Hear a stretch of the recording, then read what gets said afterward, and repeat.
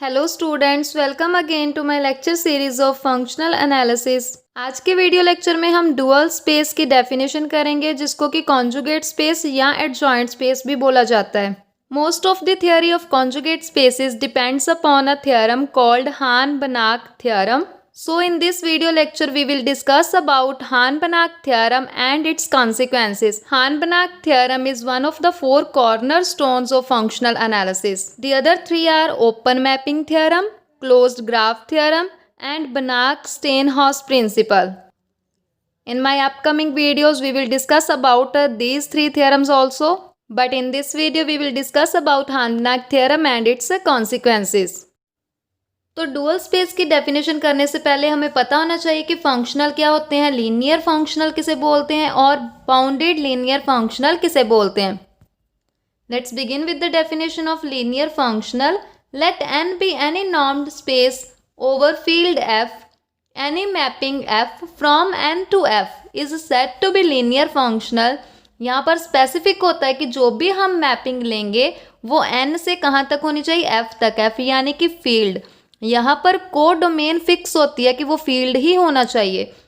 तो हम इस मैपिंग को लीनियर फंक्शनल कब बोलेंगे? If F of alpha X plus beta Y equals to alpha times F of x plus beta time F of Y for every X Y belongs to N and alpha beta belongs to F, F यानी कि scalars. अगर mapping की बात करें तो उसके लिए को डोमेन फिक्स नहीं होती, लेकिन अगर हम फंक्शनल की बात कर रहे हैं तो को डोमेन का फील्ड होना जरूरी है। यानी कि जो भी हम फंक्शन लेंगे वो किसी भी सेट में से लेकर के जिस सेट तक जा रहा है वो सेट फील्ड होना चाहिए। नेक्स्ट हम डेफिनेशन करेंगे बाउंडेड लीनियर फंक्शनल की। लेट एन बी नॉन linear space over field F, any linear functional. अब फंक्शनल बोला है तो कैसे लेंगे? F is a functional from N to F, F यानी कि field, is said to be bounded linear functional on N, N के ऊपर इसको बाउंडेड कब बोला जाएगा? If there exist constant m greater than 0 positive number such that F x mod less than equals to m times norm x for every x belongs to n। अगर functional ये condition satisfy कर रहा है तो हम बोलेंगे कि हमारा जो लीनियर फंक्शनल है वो बाउंडेड भी है। अब डुअल स्पेस की डेफिनेशन देखेंगे। डुअल स्पेस को कॉन्जुगेट स्पेस या एडजॉइंट स्पेस भी बोला जाता है। लेट एन बी नॉन linear space over field F, then linear space of all bounded linear functionals on N is called dual और कॉन्जुगेट और एडजॉइंट स्पेस ऑफ एन। यानी कि जितने भी बाउंडेड लीनियर फंक्शनल्स हैं उन सबको इकट्ठा करके एक सेट बनाएंगे, एक स्पेस बनाएंगे। उस स्पेस को बोला जाएगा डुअल स्पेस, कॉन्जुगेट स्पेस या फिर एडजॉइंट स्पेस। कैसे डिनोट करते हैं इसको? It is denoted by N star. पिछले वीडियो लेक्चर में हमने beta N comma N dash के बारे में पढ़ा था। इसका मीनिंग था space of all bounded linear functions from N to N dash. आज के वीडियो लेक्चर में हम फंक्शनल्स के बारे में पढ़ रहे हैं। तो एन डैश जो कोड मेन है वो फिक्स हो गई एफ यानी कि field. Beta N comma F collection of all bounded linear functionals. अब यहाँ पर फंक्शन या ट्रांसफॉर्मेशन वर्ड के बजाय हम फंक्शनल लिखेंगे। इसको क्या बोलते हैं? फर्स्ट डुअल स्पेस या फिर first conjugate space of N.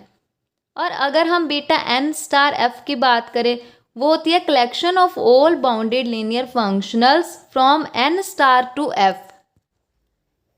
इसमें वो सारे फंक्शंस होते हैं जो एन से लेकर के एफ तक हैं, और इसमें वो सारे फंक्शंस होंगे जो एन स्टार से लेकर के एफ तक होंगे।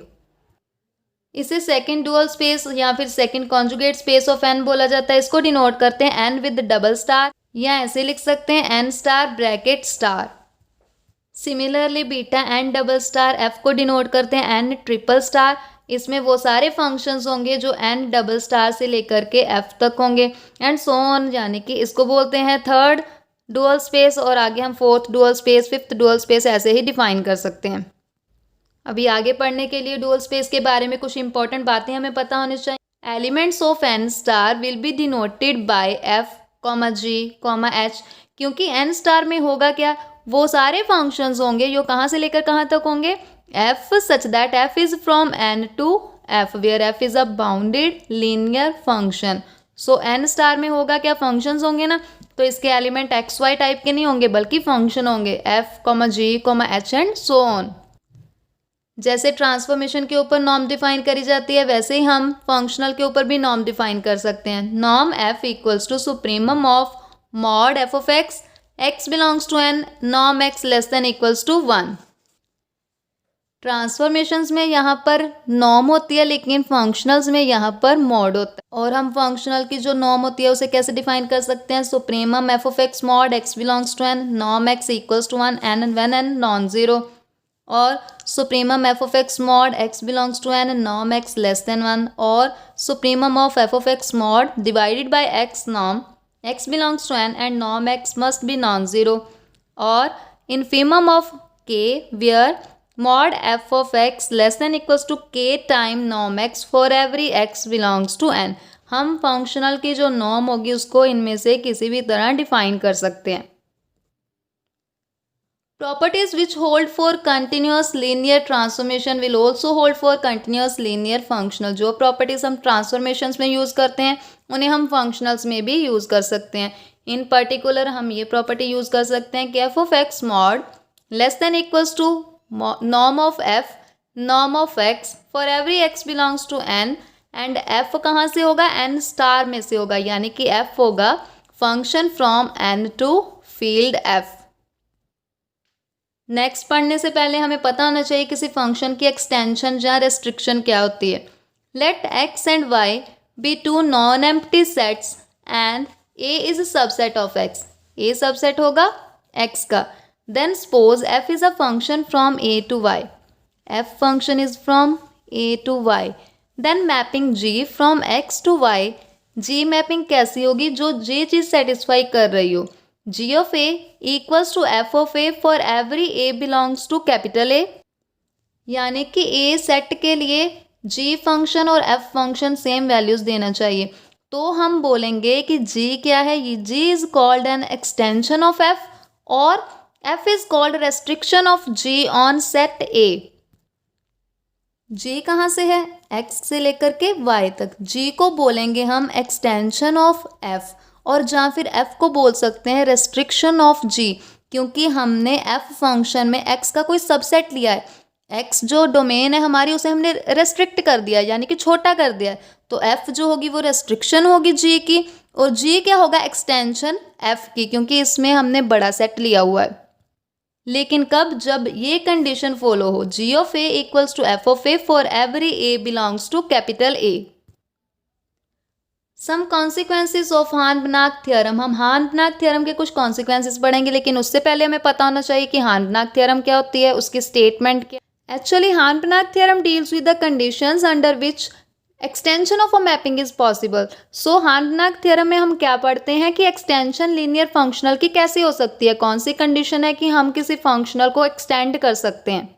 Statement let m be linear subspace of normed linear space n and f is a continuous linear functional defined on m। हमने f किस पे डिफाइन किया है? m के ऊपर। then f can be extended to a continuous linear functional f naught on n। हम f function को extend कर सकते हैं और उसे नाम देंगे f naught का। एक्सटेंड करके कहाँ लेकर के जाएंगे? n तक। Such that norm f equals to norm f naught। या फिर इसकी दूसरी स्टेटमेंट क्या है? M is a linear subspace of norm linear space n over field f given f is a function from m to f। f function हमने लिया है m जो सब स्पेस है हमारी उससे लेकर के f तक, और m हमें पता है किसकी सब स्पेस है? n की। So it must be subset of n। It is a continuous linear functional. Then we can find f naught. हमें एक f नॉट फंक्शन मिलेगा फ्रॉम n टू f, या फिर हम बोल सकते हैं कि f naught belongs to n star, क्योंकि n स्टार के मेंबर कैसे हैं? n स्टार में फंक्शंस ही हैं जो n से लेकर के फील्ड f तक हैं। Such that number 1 f naught m equals to F M for every m belongs to capital M which is further subset of n। And second f naught norm equals to f naught. जो first है वो अभी हमने जो restriction और extension के बारे में पढ़ा था उसी की डेफिनेशन लगाई हुई है हमने, क्योंकि एफ फंक्शन जो है वो रेस्ट्रिक्शन है और एफ नॉट इसी फंक्शन की एक्सटेंशन है, क्योंकि इसमें पूरा एन लिया जा रहा है और इसमें एक सबसेट लिया जा रहा है। तो इसके लिए क्या होगा कि एफ नॉट और एफ सेम वैल्यूज एडमिट करेंगे। किसके लिए? वो सारे एम, वो सारी वैल्यूज जो सब स्पेस में से हैं, सबसेट में से हैं। यहाँ भी हमने सेम ही पढ़ा था कि जी एक्स से वाई तक है और एफ जो है वो ए से वाई तक है। सो जी और एफ की वैल्यूज सेम आएंगी। किसके लिए? सारे जो सबसेट के एलिमेंट्स हैं उनके लिए। और यहाँ पर सबसेट का काम कर रहा है एम और एक्स का काम कर रहा है एन। ये हार्ड-बनाक थ्योरम की स्टेटमेंट है, इसको यूज करके अब इसके कॉन्सिक्वेंसेस के बारे में पढ़ेंगे। Theorem first, if n is a non-linear space and x naught is any non-zero element of n, that x naught non-zero and x naught belongs to n, then there exists non-zero element f naught belong to n star। f naught function है, सो n star में से ही होगा, यानी कि dual space में से होगा। सच that f naught at x naught equals to x naught norm and f naught norm equals to 1। ये दोनों बातें हम प्रूव करेंगे। प्रूफ में हम m एक स्पेस लेकर के चलेंगे जो x नॉट से जनरेट हो रही है। अगर x नॉट से जनरेट हो रही है तो m के मेंबर क्या होंगे? Linear combination of x naught. So m के मेंबर कैसे होंगे? Alpha times x naught where alpha belongs to field. m is a linear subspace of नॉन linear space n। Now we define a function f from m to f। So कैसे define करेंगे हम? f of x equals to alpha times norm x naught where X is a member of M. X M का member है तो कैसा होगा? Alpha times x not. तो हम इसी फंक्शन को ऐसे राइट कर सकते हैं, F of alpha x naught equals to alpha time x naught norm. अब हम इस फंक्शन को वेल डिफाइंड प्रूव करेंगे। To show F is well defined, इसके लिए दो मेंबर लेकर के चलेंगे एम के। x equals to alpha x naught and y equals to beta x naught be two members of m such that x equals to y। x की value रखेंगे alpha x naught, y की value beta x naught। इसको हम इधर लेकर के जाएंगे तो क्या आ जाएगा? Alpha minus beta x naught equals to 0। अभी ये दो नंबर्स की प्रोडक्ट 0 है, सो इनमें से कोई एक तो 0 होना चाहिए और x naught तो गिवन है कि नॉन 0 है, सो अल्फा माइनस बीटा को 0 होना पड़ेगा। So we get alpha equals to beta. दोनों तरफ नॉर्म एक्स नॉट मल्टीप्लाई करेंगे। ये क्या आ गया हमारे पास? एफ ऑफ एक्स और ये एफ ऑफ वाई। कैसे? By the definition of function. जैसे हमने फंक्शन डिफाइन किया उसकी हेल्प से हमारे पास ये आ गया। So function is well defined, क्योंकि हम मेंबर्स इक्वल लेकर के चले और उनकी एफ इमेज इक्वल आ गई।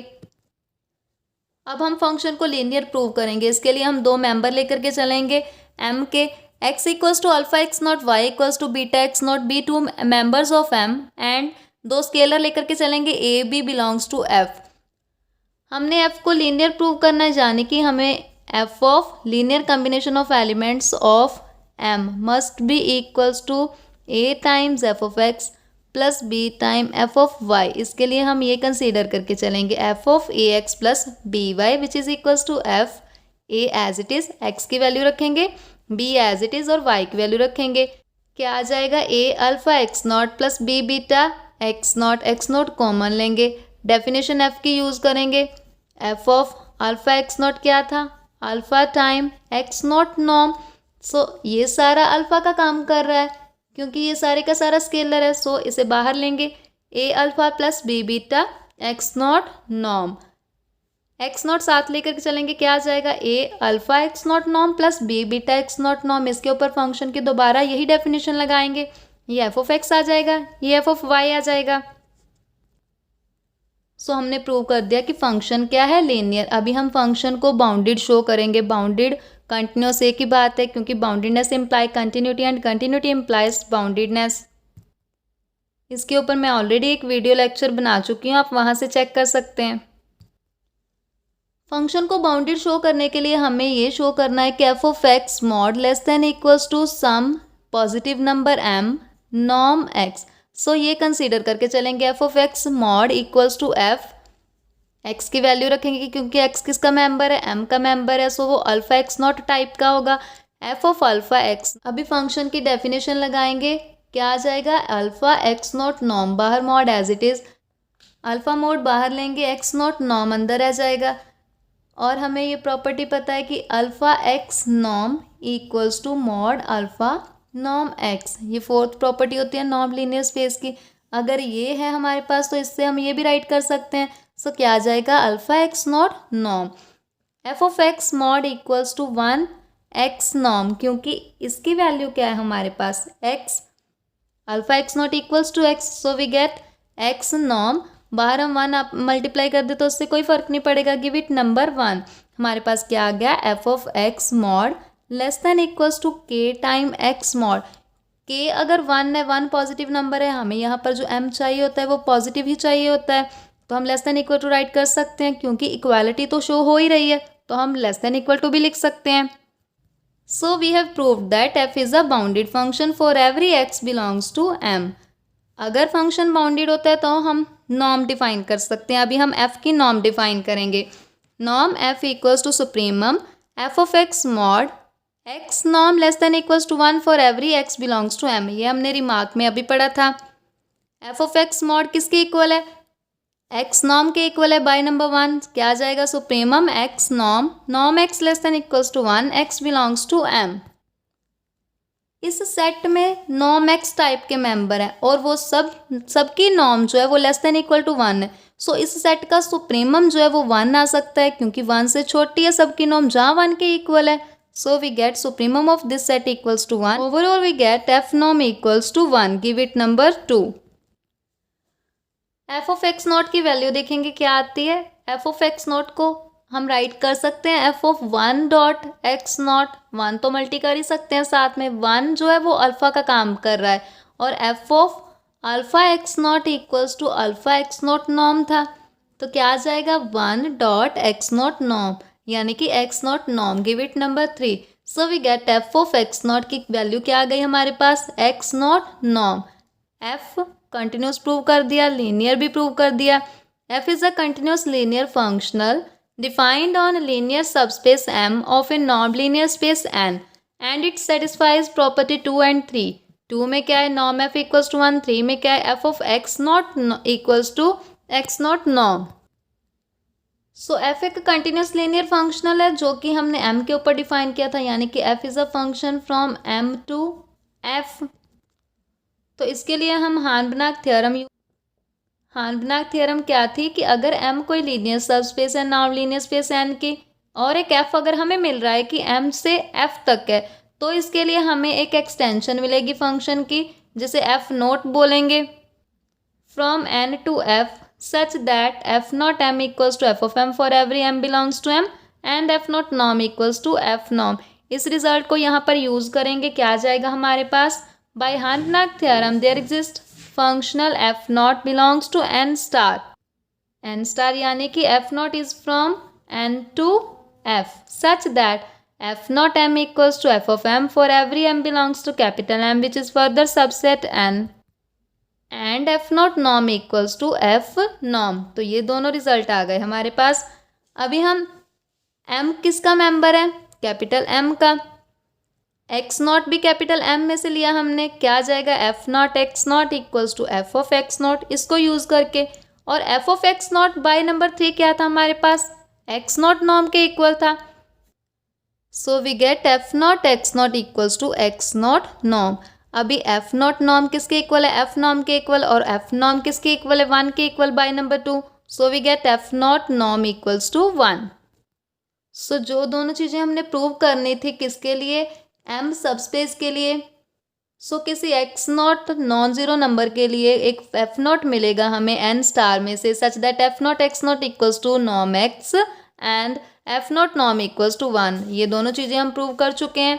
We have f naught x naught equals to norm x naught and f naught norm equals to 1। तो जो फर्स्ट कॉन्सिक्वेंस है हार्न-बिनाक थ्योरम का, ये उसका प्रूव था। Remark, if we define f function such that f of alpha x naught equals to k time alpha x naught norm k non-zero, then proceeding as above we shall get। तो हमारे पास क्या आ जाएगा, f naught x naught equals to x naught norm था यहाँ पर, यहाँ एक k एक्स्ट्रा आ जाएगा, और f naught norm equals to 1 थी यहाँ पर, और यहाँ आ जाएगा f naught norm equals to k। ये रिजल्ट हार्न-बिनाक थ्योरम का जो ये कॉन्सिक्वेंस है बहुत ही इंपॉर्टेंट है कि हम इसको ही कभी कभी हार्न-बिनाक थ्योरम भी बोलते हैं, या हार्न-बिनाक थ्योरम की जगह पर हम इसी का रिजल्ट यूज़ करते हैं। अब इस रिजल्ट के हम क्रॉरलीज पढ़ेंगे। First Crawley, if x, y are distinct elements of non-linear space n, then there exists f naught non-zero belongs to n star such that f naught x not equals to f naught y, यानी कि n star separate करेगा points of n के point x y distinct लेंगे तो f naught x भी distinct आएगा f naught y से। Prove let x naught equals to x minus y naught equal to 0 आएगा क्योंकि x y दोनों डिस्टिंक्ट हैं, सो इनकी जो सब्ट्रैक्शन होगी वो कभी भी 0 नहीं आ सकती। That is x not is non zero element of n का कोई नॉन जीरो एलिमेंट है और जो अबव थ्योरम है उससे हमारे पास क्या आ जाएगा, f नॉट एग्जिस्ट करेगा n स्टार में से such that f naught x naught equals to नॉम x एंड f नॉट नॉम इक्वल्स टू 1। यहाँ से हमारे पास आ जाएगा f naught x naught equals to x naught नॉम, x नॉट की वैल्यू रखेंगे x माइनस वाई नॉम, ये नॉन ज़ीरो नंबर है सो इसकी नॉम भी नॉन ज़ीरो होगी, यानी कि f naught of x minus y, x naught की वैल्यू रख दी, x minus y non zero. Functional जो है एफ नॉट वो लीनियर है so f naught of x minus f naught of y से लिख सकते हैं non zero, f naught linear है सो क्या आ जाएगा, f naught x naught equals to f naught y, यही हमने प्रूव करना था। Crawley 2, if n is non-linear space and f of x equals to 0 for every f belongs to n star, then x must be equals to 0। हमने x को 0 prove करना है, हम possible है तो लेट करके चलते हैं कि x नॉन ज़ीरो है। So by first theorem we get there exist a function f from n star such that f of x is equals to norm x must be non zero, क्योंकि अगर x number non zero है उसकी नॉम भी non zero आएगी। So f of x non zero हो गया, लेकिन f of x तो गिवन है कि 0 है, so contradiction to given, hence x is equals to 0। Crawley 3, for every x belongs to n we have norm x equals to supremum f of x mod divided by f norm, f x star का member है और f non zero है, hence if x is such that f of x is equals to 0 for every x belongs to n star then x equals to 0। और ये तो क्रॉरली second की ही जो statement है, सो क्रॉरली सेकंड फॉलोज फ्रॉम क्रॉरली थर्ड, यानी कि क्रॉरली third से हम सेकंड क्रॉरली जो है वो प्रूव कर सकते हैं। पहले हम ये रिजल्ट प्रूव करेंगे, let x belongs to n be arbitrary number, अगर x 0 है देन रिजल्ट 1 जो है वो प्रूव हो जाएगा automatic.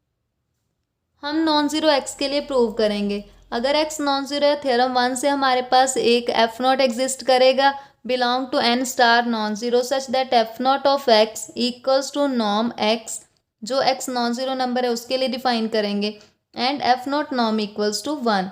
we know that supremum of set greater than equal to every element of set, so supremum जो आएगा f of x mod f norm का, अगर यहाँ पर एक पर्टिकुलर फंक्शन रखेंगे तो सुप्रीमम जो है वो बड़ा ही होगा इससे, so supremum of this set must be greater than equal to f naught x mod divided by f naught norm।